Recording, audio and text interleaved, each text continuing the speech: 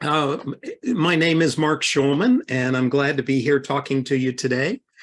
As I've been in computers in one form or another for almost 50 years. I started in high school, and so that was a long time ago. As we go through this presentation, I'm going to be mentioning several pieces of software to you, and I just want to make clear up front that I don't have any affiliation with any of the companies I'm going to be talking about.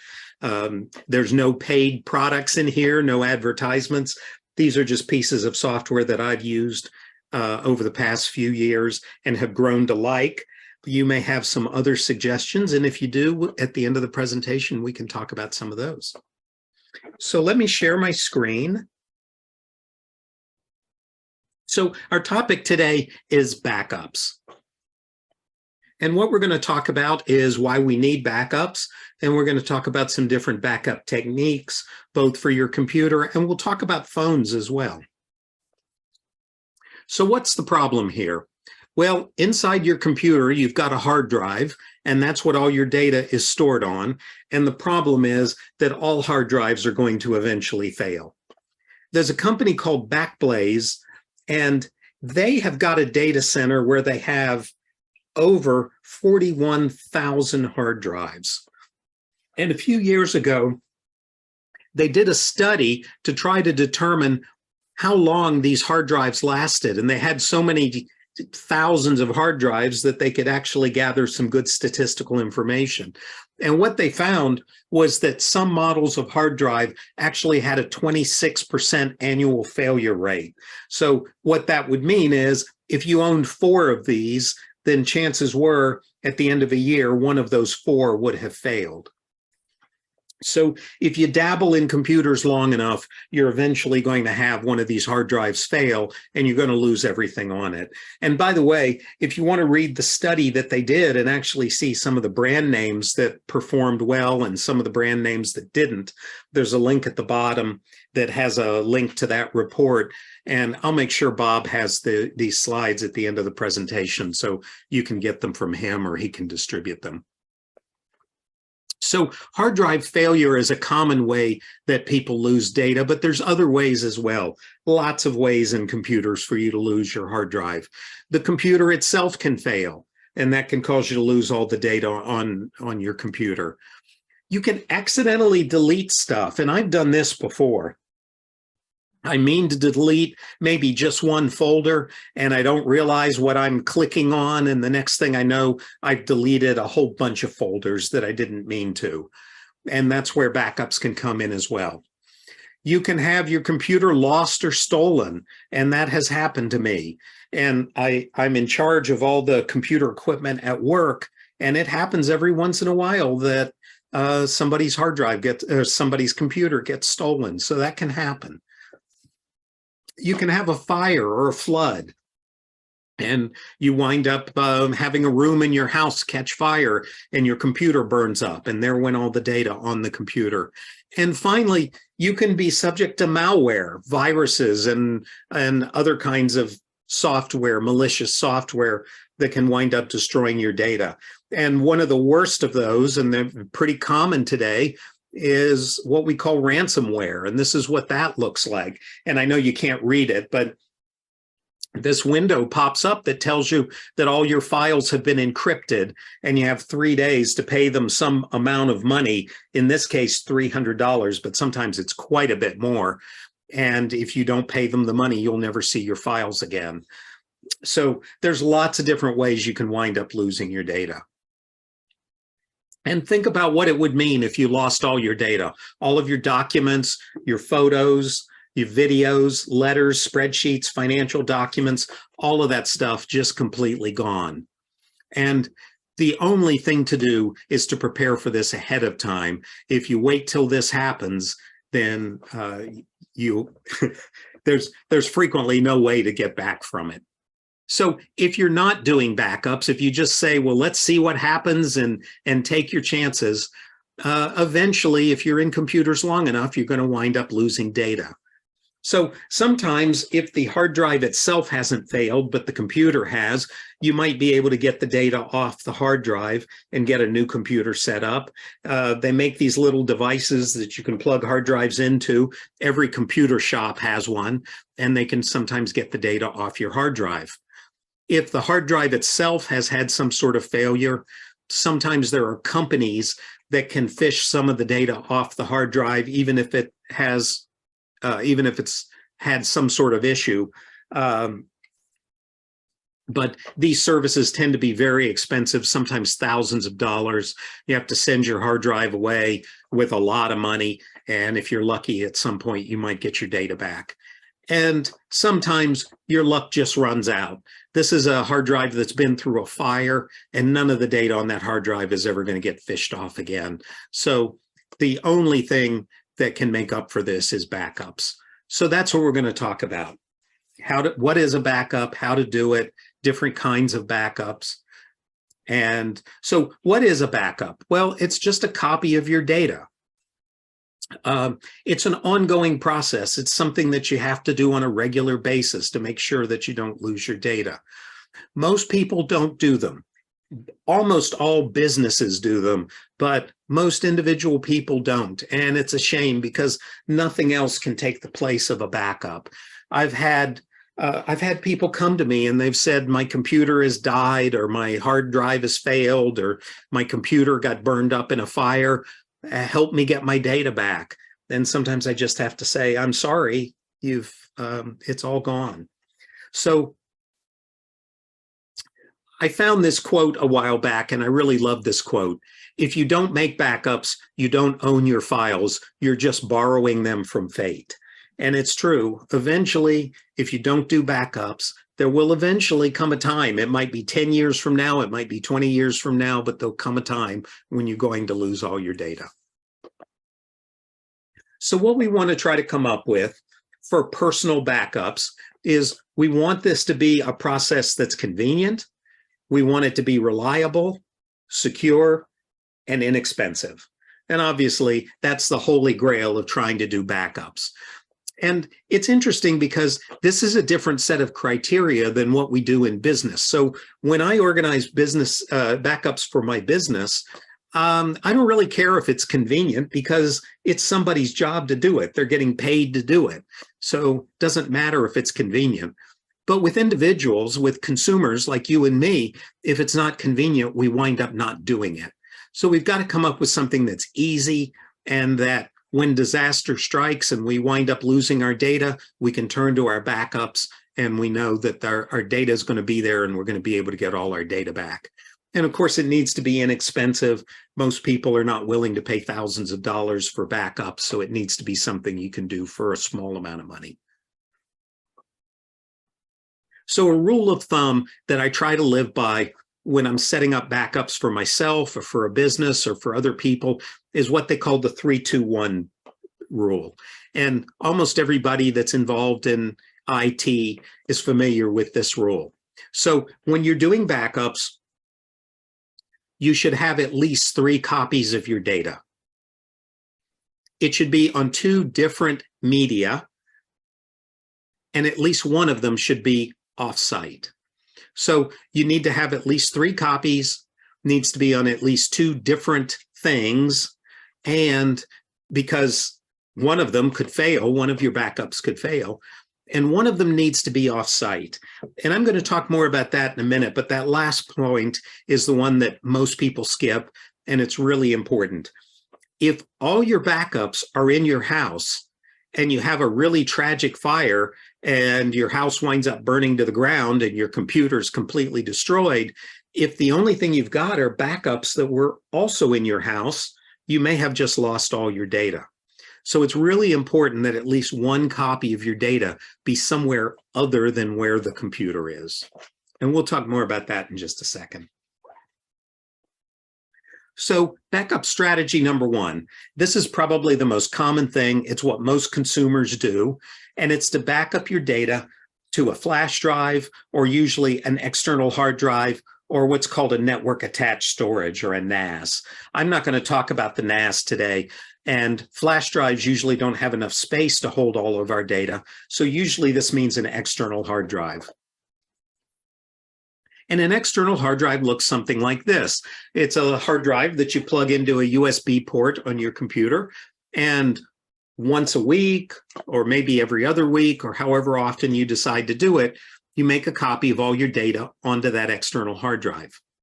And easiest to do this with what's called synchronization software. And I'm going to demonstrate that in just a second. So the thing is, you might own thousands and thousands of files, but let's say in a given week, only a small handful of those files are actually going to change. So what synchronization software does is, after you've copied all of your files the first time onto the external hard drive, it only looks for things that have changed, and it only copies the few files that have actually changed each week, or however often you do it. So it only looks for things that are new or different. So the vast majority of your files each time are not going to change.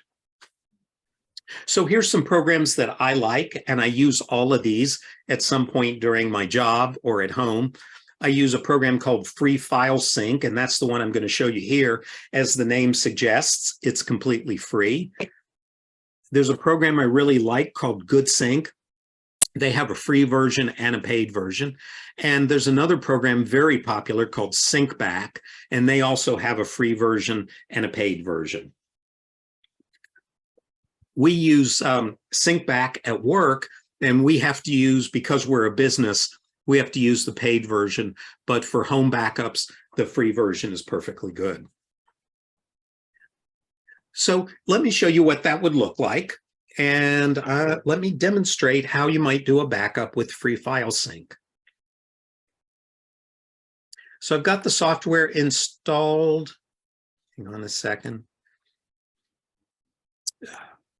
I've got the software installed right here, and I'm going to run it. And there's a lot going on here, but it's actually really easy. So the first thing it wants to know is, what's the backup? What's the folder that I want to back up? And what it's going to do is back up everything in that folder. And if there's subfolders, which there almost always are, then it's going to back all those up too. So let me show you where my files are located on my computer. So the files I would want to back up are on my E drive, and they're in this folder called Mark. And you can see I've got subfolders here called Data and Music and Photos, Projects, Studies. Actually, I don't need that folder. I'm going to delete that. So those are the folders that I have that I want to back up. So what I'm going to do is I am going to drop and drag that folder right here. And all it did was just write in there for me E Mark. Now I've got an external hard drive plugged in here, and that's my G drive. And that's right here. It's already got one directory or one folder on it, but that's where I'm going to put my backups. I'm going to create a folder called Backup. And I'm going to drop and drag that to this second box. And there we go. And I'm ready to do a backup. So as I get ready to do the first backup, I'm going to click on this button that says Compare. Excuse me. And what it does is it looks through the Mark folder here, and it finds everything that needs to be copied over to the backup folder. And if I look down here, it says there are 1,800 files that need to be copied. So I'll press the button that says Synchronize and just sit back, and it will do it. Now it's going to take it a minute to do this first copy because it has to copy every file.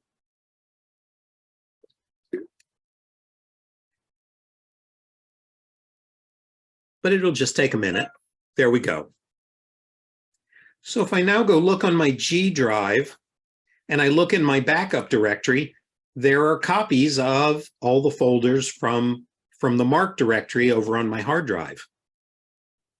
Now let's say During the course of the next week, I make some changes to those files. So I'm going to pretend like, oh, I go into my study directory and I've got a folder here called mountain climbing. I don't have any interest in doing mountain climbing, but I like to study it. Excuse me. I'm just getting over a cold and I got a little bit of a cough. So I've got a Word document here called mountain climbing. So I'm going to open that and just make some changes to it.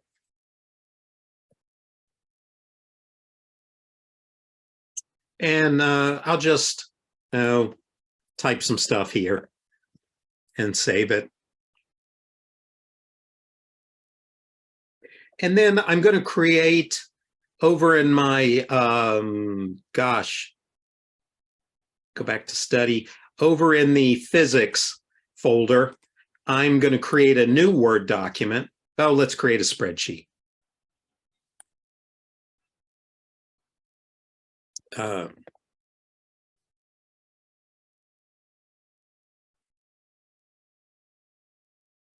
And I'll just put some stuff in it, doesn't matter what, and save that. Okay, now it's time to do another backup. So I run free file sync again, and I tell it to do a compare. And it says, all I need to copy are just these two files, the mountain climbing and the physics formulas. Oh, I'm so sorry. Those are the only two files that have changed.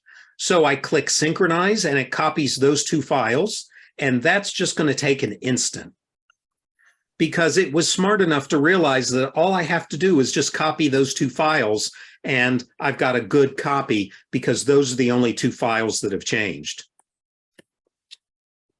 Let's say the next week I come along and I haven't worked on my computer at all, but I can't remember that that's the case. And if I click compare now, nothing shows up because the free file sync realizes that it doesn't have to copy anything to the backup drive. Everything's already there. So I love free file sync. It makes it really easy to do backups and to quickly copy everything you've done over the previous week or however many days. Every time you want to do a backup, it can figure out exactly what's changed.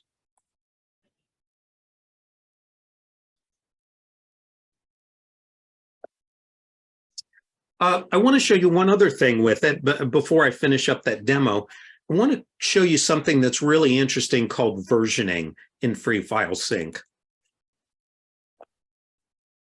So what happens a lot of times is that we accidentally delete a file or we make a change to it and we don't realize that we've deleted some things out of a document, and then that gets copied to the backup, and now we've got the problem that our backup is missing some data. And let me show you what I'm talking about. It's easier to show you than to explain it.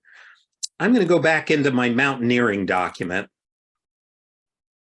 And let's say I'm working on this document. And let's say I mean to delete this last line, but I don't realize that I had selected all of this, and I delete it. And I don't realize what I've done, that I deleted the entire table or almost the entire table. And I save that. Now, if I just did a backup right now, it's going to take that document where I've deleted all that data and it's going to copy it onto my external hard drive, and I'll lose the copy that's on my backup that had all that information in it. So something that I like to set up in Free File Sync is called versioning. And what it means is if you change a file, Free File Sync will save not only the new file, the way you've made the change, but it will save the old file as well. Now, I've got instructions for this written out, so you don't have to remember what I'm doing. It's a little bit of a step-by-step process. But I'm going to click on this gear here, and I'm going to click on versioning.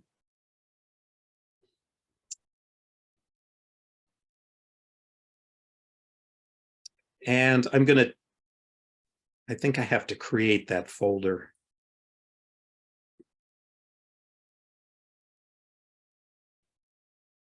Here we go.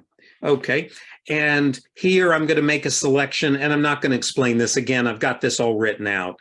I'm going to select timestamp file, and that's all I need to do, and I'm going to save it. Now let me show you what that does.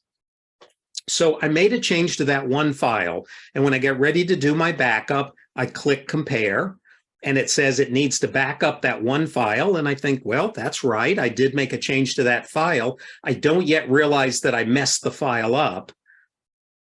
And I tell it to make the backup, and it copies it. And then let's say I go to look at that file later.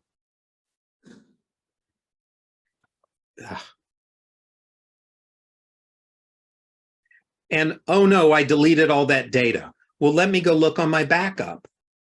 Well, if I go to my G drive and I look in the backup folder, study folder, mountain climbing folder, and I pull up that same file,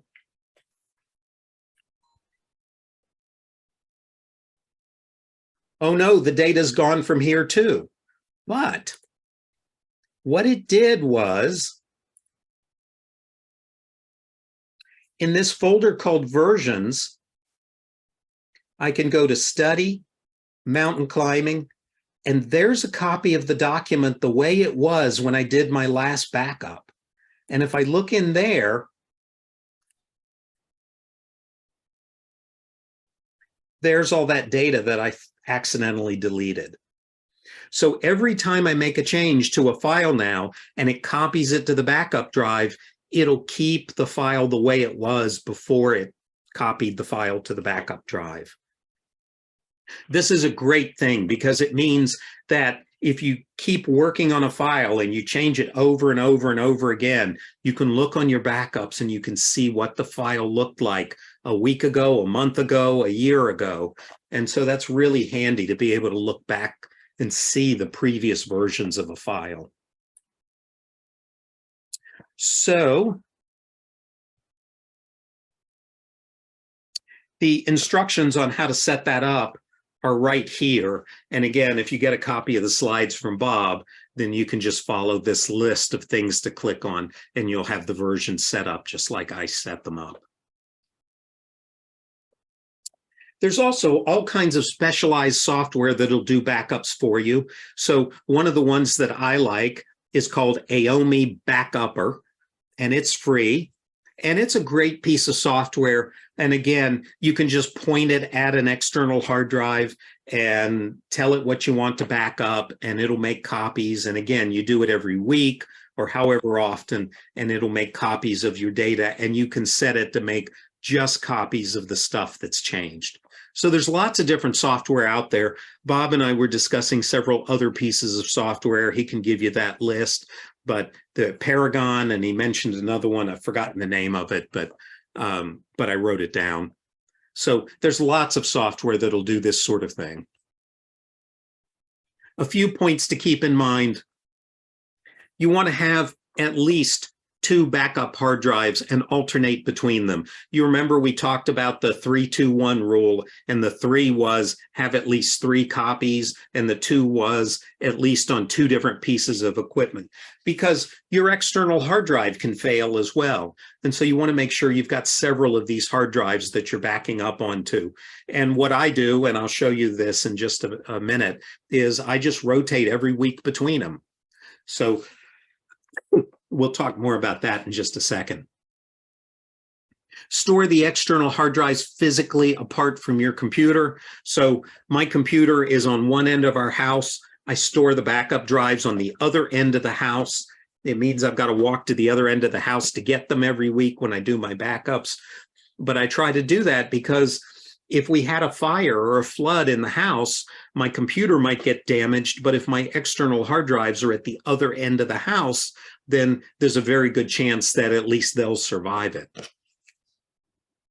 And we talked about versioning in Free File Sync. I think that's a great thing to set up because a common way to lose your data is to accidentally delete stuff.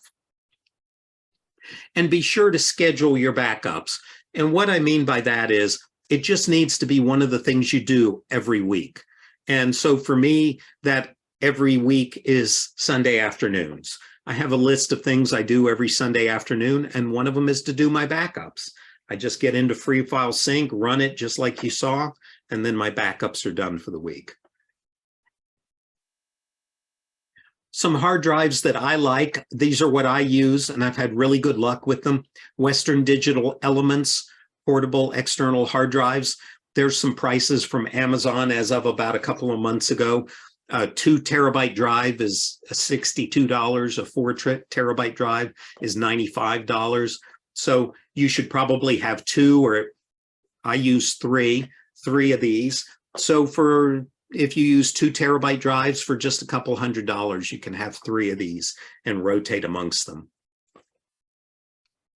The real backup nerds might use a network attached storage that has a whole bunch of hard drives built in. I'm not going to talk about those any further, but it's a common thing that real hardcore people sometimes use. I don't have one of those. We do have one of these at work, though.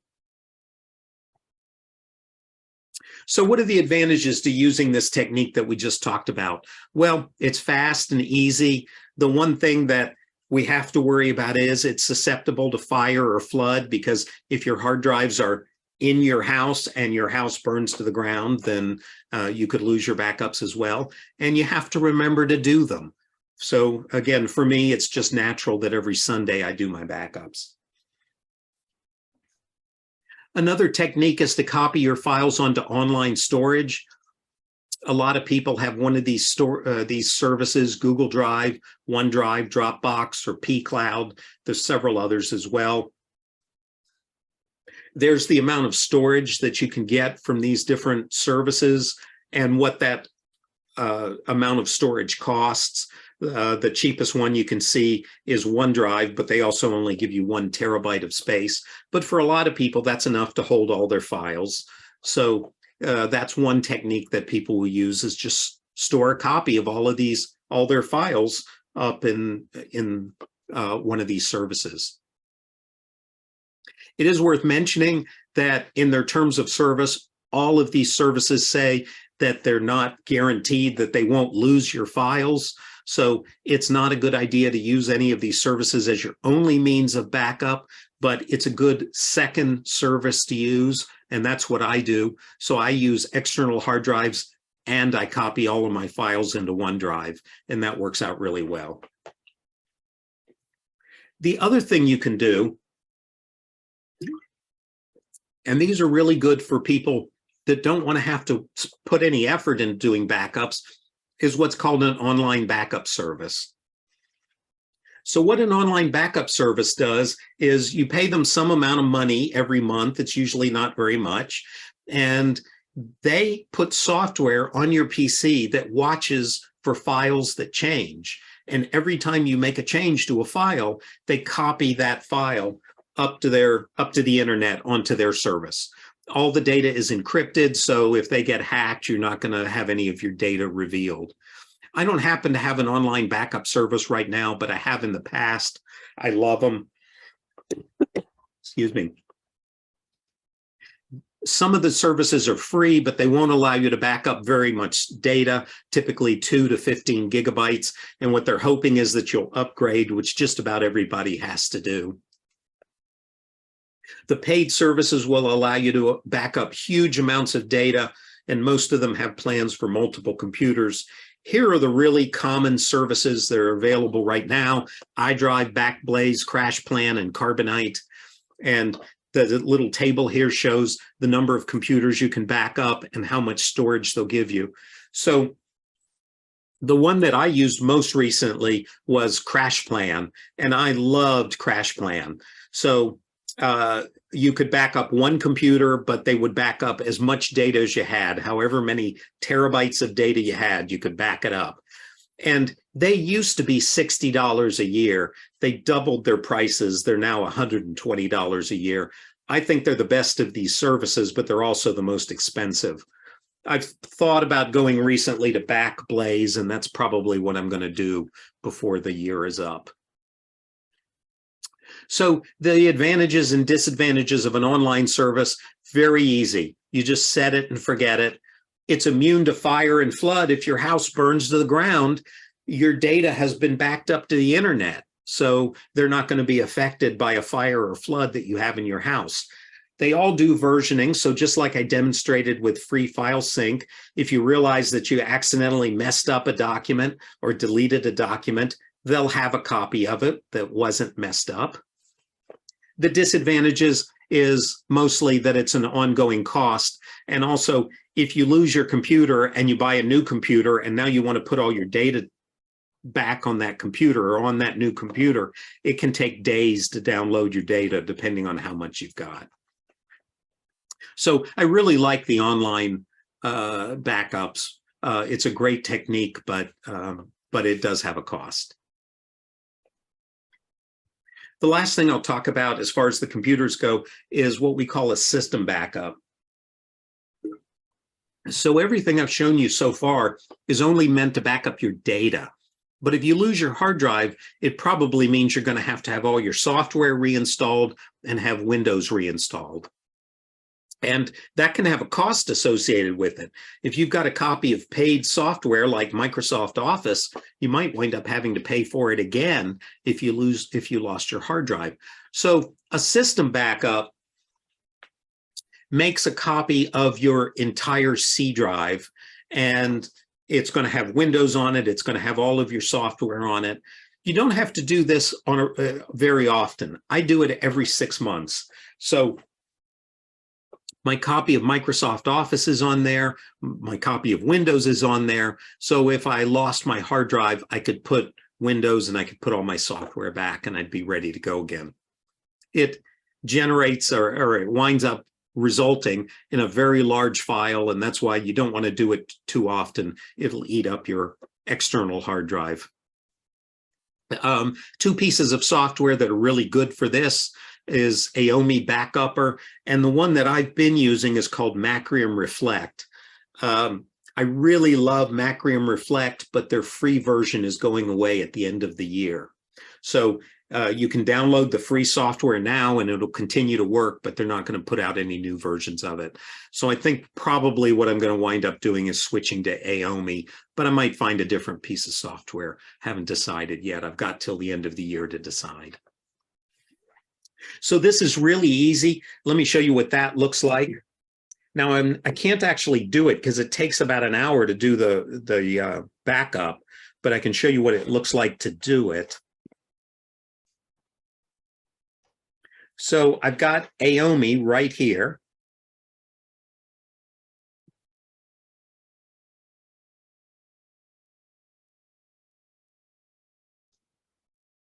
So it chugs for a minute. And then to do a system backup, all I have to do is click on the Backups tab, click on System Backup, and it figures out where to put it. It says, well, I see an external hard drive on your G drive. Do you want me to put it there? And that's all I have to do. And then just click Start Backup. And it'll take it about an hour to do it. And then I've got my backup. And that's all it takes. So if I ever wind up losing my hard drive entirely, I can use that backup to put Windows back and put all my software back. So it's really easy to do. It just takes some time.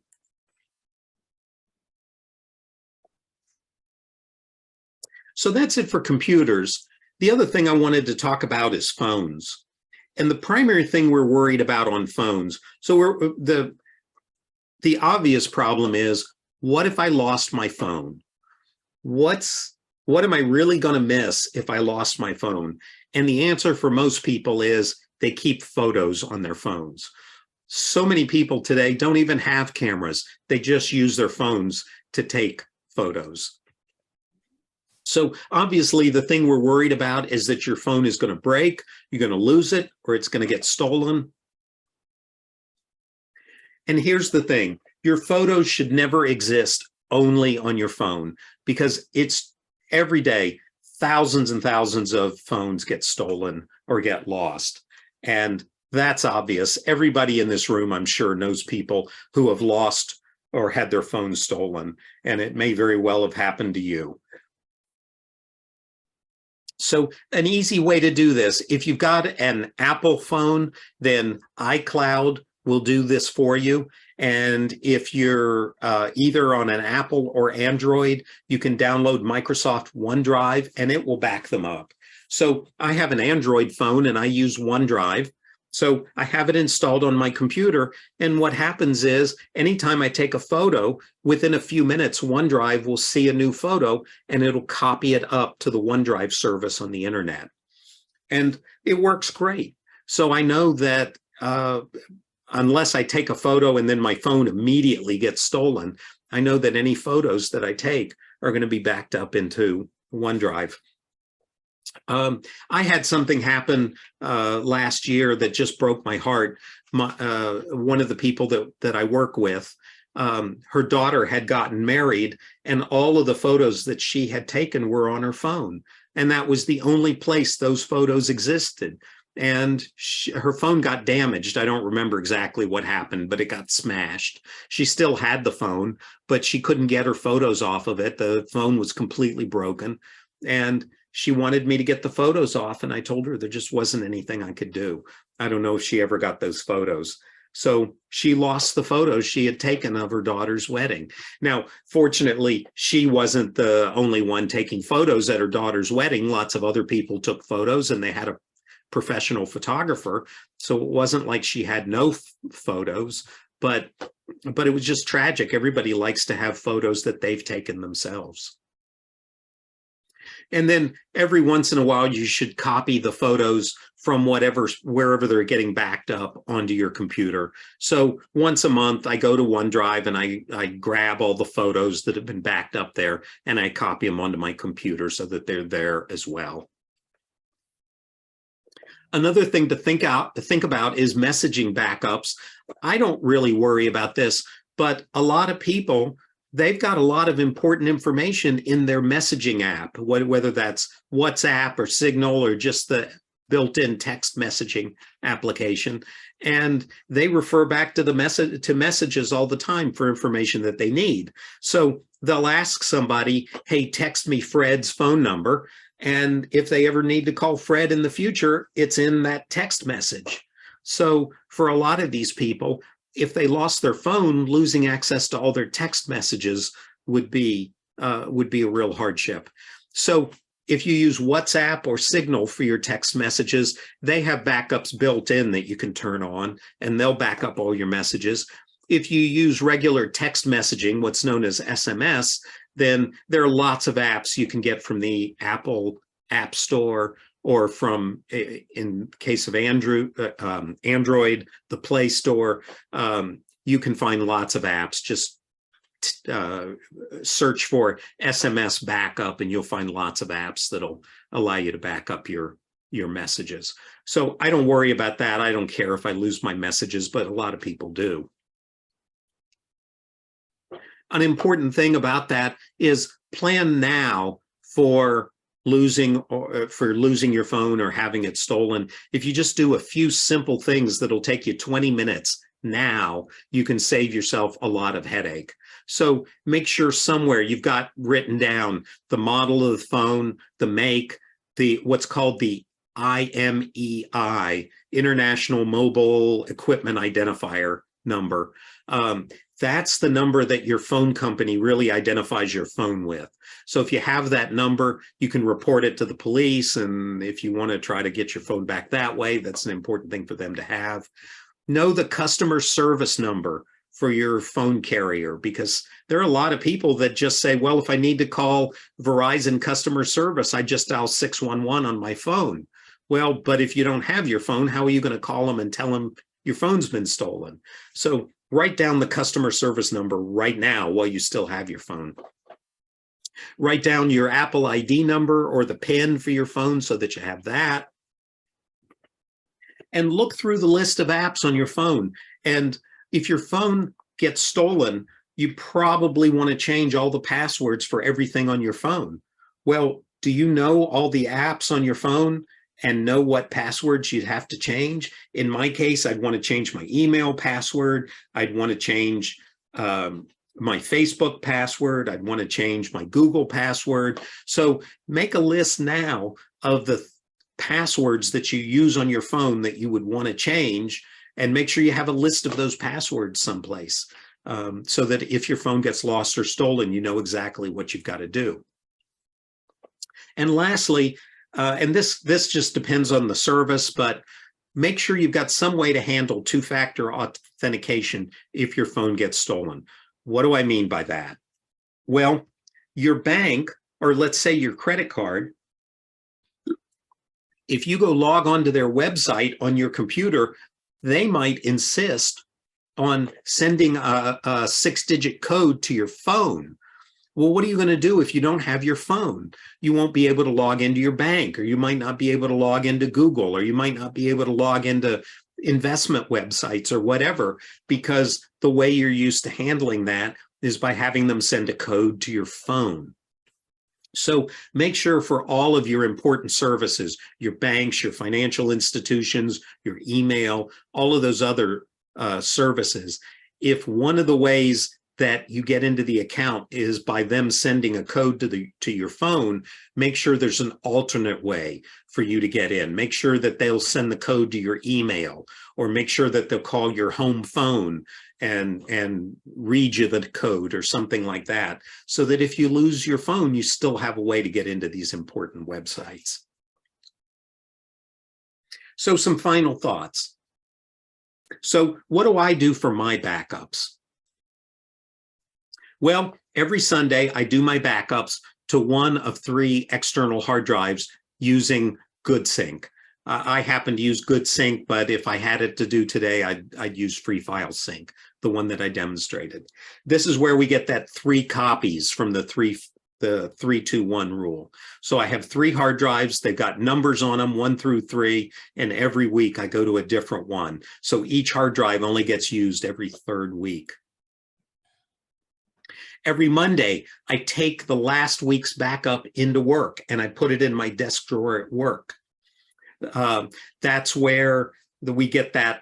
You remember the 3-2-1 rule? One of the rules was 1 offsite. So at any given time, one of my 3 backup drives is in my drawer at work. And every week, the one that was at work comes home and a different one goes to work, the one that I just used. If you sorry, I'll get it together here. If you don't have an office where you can take a hard drive into, then just make an arrangement with a friend that once a week you're going to give them one of your hard drives for them to keep, so that you've got an off-site hard drive. The important thing is you don't want to have all of your hard drives at home where they could get damaged if your computer got damaged. And I back up my files to OneDrive. And that's where we get the 2 different media rules. So my backups are on these external hard drives, but they're also up in OneDrive. And then every 6 months, I use Macrium Reflect to make a system backup, so that I've got a copy of my Windows and my software that was made within the last 6 months. And again, I'm going to have to do something before the end of the year, because Macrium's not going to be free anymore. So I got these nice little cases that I keep them in, and you notice that there's a number on each case. So they're numbered 1 through 3. And if you look inside the case, there's the hard drive, and it's got my name and phone number on it. And it's also got a number as well. So this is backup drive number 1. They're all 4 terabyte Western Digital Elements portable hard drives, the ones that I showed you before. I paid $95 a piece for them on Amazon. And I have this little list that tells me every week which hard drive I'm supposed to use for the backup. So if you look at that last line, on March 26th of last year, which is when I made this photo, that week, that's a Sunday, that week I had used drive number 3 to do my backup, and I had taken drive number 2 to work, and drive number 1 was at work, and I brought it home. So I have this nice little list that I could refer to every week that tells me exactly which hard drives are supposed to be at work, which ones are supposed to be home, and which one I'm supposed to use for the backup. I'm going to talk about this and just mention it. I've got a completely separate presentation on how this works. But one of the questions I get asked a lot is, well, don't you worry about someone going through your drawer at work? My drawer at work does not lock. Don't you worry about someone going through there and grabbing your hard drive and then they've got all your data? Well, no, I don't worry about it because I use a free program called Encrypt to encrypt these hard drives. So without a password, nobody can get at any of the data on that hard drive. And again, the software I use is called Encrypt. And without the password, you're not going to be able to get to any of that data. So the important thing is be sure somebody knows the password. Don't just store it on your computer, because the whole idea of a backup is that it's available for you if your computer gets destroyed. So you wouldn't want to be in a situation where your computer got destroyed and you realize that the password for your hard drives was on the computer. So write it down someplace and give it to a trusted friend or something like that. As far as my phones, what do? I back up my photos to OneDrive. I've got OneDrive installed on the phone. It automatically backs up. I don't worry about backing up my messaging app. I know a lot of people need to do that. I don't. And every 3 months, I have a list of what to do if I lose my phone, what passwords need to be changed and who I would call and so on. And every 3 months, I have a thing on my calendar that reminds me to review that lost phone list and make sure it's still up to date. There's all the software we've talked about here and where you can get it. And everything we've talked about except the backup services, those last 4, they're all free. And like we talked about, the backup services are usually paid. And the final piece of advice I'm going to give you, however you decide to do your backups, the important thing is just do it. Any backup system is better than nothing, but try to observe the rules that we've talked about in here. Make sure you've got a backup, because I often think that if my house burned to the ground, as long as the people get out of the house and the cat gets out of the house, what am I going to really worry about? Well, I've got some things that I would be sad to lose, but nothing really tragic except the files that are on my computer. All my photos are on my computer, my video, all my documents, my financial information. It would crush me if I lost all that stuff. And to know that I have an effective backup scheme so that all I have to worry about is getting the people and the cat out of the house and everything will be fine is a real comfort. So I hope you'll be in the same situation. Just figure out how you want to handle this and just be sure you do it. And that's it. If you've got any questions, you can always email me or you can ask them right now. Thank you.